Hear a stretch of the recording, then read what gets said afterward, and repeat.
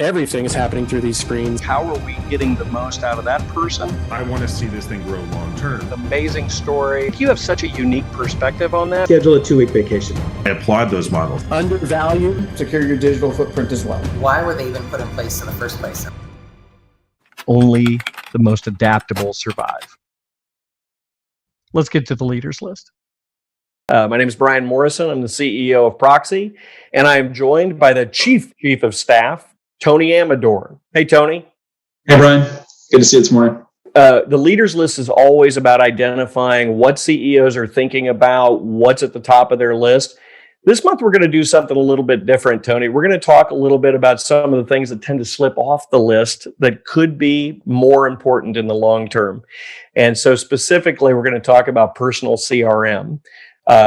Personal CRM could mean, it comes from the idea of customer relationship management or contact relationship management. It's your network. It's how important the people are in your life that are employees, your vendors, partners, even competitors. How do you stay in contact with the right people at the right time?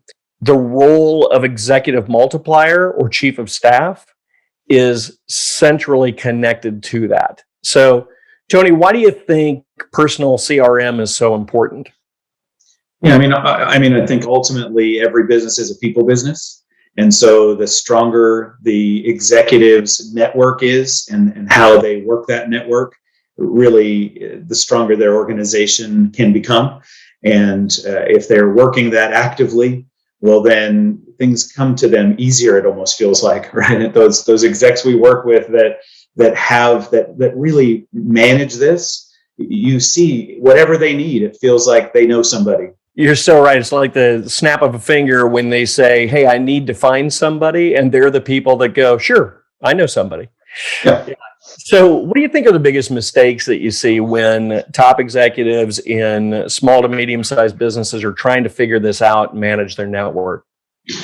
Yeah, I really think it's just that they don't take the time, right? It's that if it's some people, it's supernatural too, and that's just what they do as a matter of course. Most people, it's not the thing that's top of mind for them, and they lose track of it. And so then when you need it, it feels super forced, right? When you all of a sudden jump in and now you need something. You're so right. I mean, how many times have you gotten that call from somebody and they're like, hey, how are you? And I'm like, we haven't talked for 3 years, but I know you're about to ask me to help you find a job, right? Mm-hmm. I always find that the people who are really good at this, it's not natural. It's something that they work at, or they have somebody who helps them through that process of keeping that top of mind.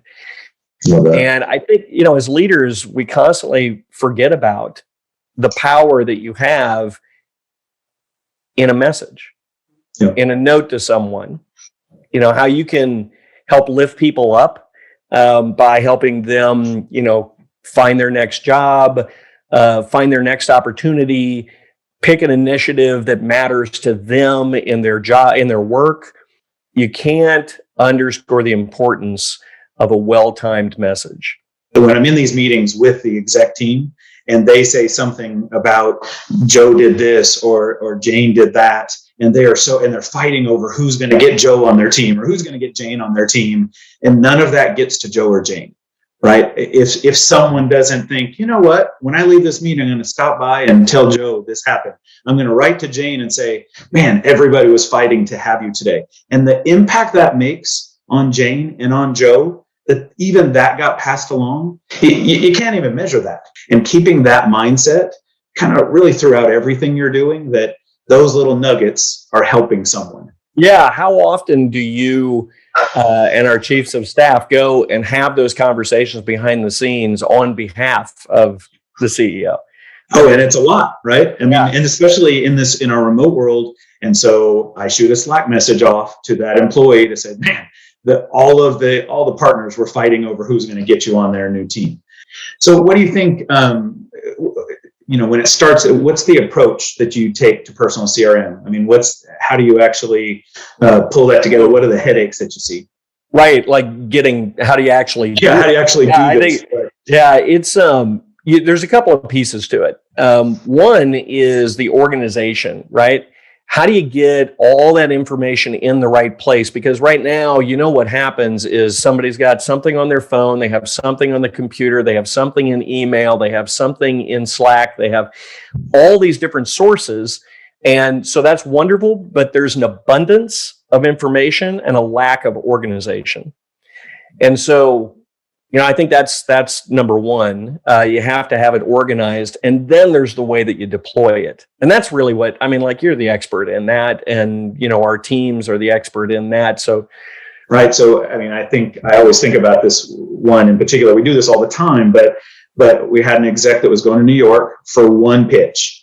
And that's really what they were thinking about, was the one pitch. And of course, that's all you're thinking about, right? Leading up. So they're not thinking about, when I go to New York, I also need to see these two people, or I also need to do this thing, because they're just getting ready for the pitch. And so for a chief of staff and using our tools, we're able to say, okay, going to New York, we have these things coming up. We're looking for a new business developer. We're looking for a new whatever, and we're looking for and he hasn't talked to these two people for a long time. And so we set those things up. So in particular, I'm thinking of this time where they were going for the one pitch. We turned that one pitch into 3 meetings with a prospect and a friend and a potential candidate. And so had those meetings, also a dinner and a breakfast. So he ended up, instead of this one pitch, I think total it was 5 or 6 meetings that he had. And then, and again, it's keeping up with people. With one of them, he found out that they had launched a new service, which I think 6 weeks later, that service came to mind when he met with somebody else, and he connected those dots. And so it meant business for his friend. But then he also met with this other prospect, and that looks like it's going to turn into something too. So all those pieces come together in one trip that none of that could have happened. It could have just been the new business. So what we mean by personal CRM is the fact that you're literally keeping lists Right. by region for M&A, recruiting, partners, and clients is obvious, right? A lot of people are like, sure, I'm going to reach out to a client while I'm there.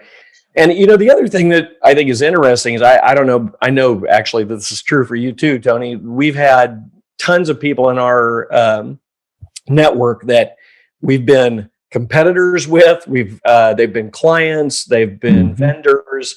And then, sometimes you even end up working together, but in some capacity, you have to be open to those kinds of relationships forming. And so I guess the biggest thing I would say there is it's just important for us to be open to what our network brings back to us. If we do a good job of sending the message out, what we get back can be pretty powerful. Oh, absolutely. And I would add to that the exchange. Proxy's Exchange is an offshoot of all that too. That as we started talking about what this could be, and part of it is, we need to be able to bring other partners into the mix for our clients. Well, wait a minute. All these people, and I know all these people, and Logan knows all these people, and we built our first pass at the exchange very quickly based on our networks and people that, to your point, had been competitors, had been employees, had been friends, whatever. But we'd already vetted all those people. We knew them. We'd worked with them. So it's so easy to bring them to our clients as people that, again, we've known for 5, 10, 15 years and worked with them and can vouch for how great they are. Yeah. Well, we should probably note, so the exchange is an offering that we have within Proxy. When we start working with clients, there's always going to be specialist needs. And so the chief of staff's job is to help get things done faster.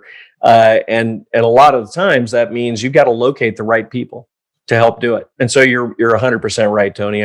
The network is the benefit. Yeah. All right, man. Well, listen, this has been fantastic. For those of you executives out there that are working through your leaders list and you've gotten to the top of it and you know what the top priority is and you're already working on it, realize you probably missed out on your personal CRM. That's the next step. We're happy to help you with it.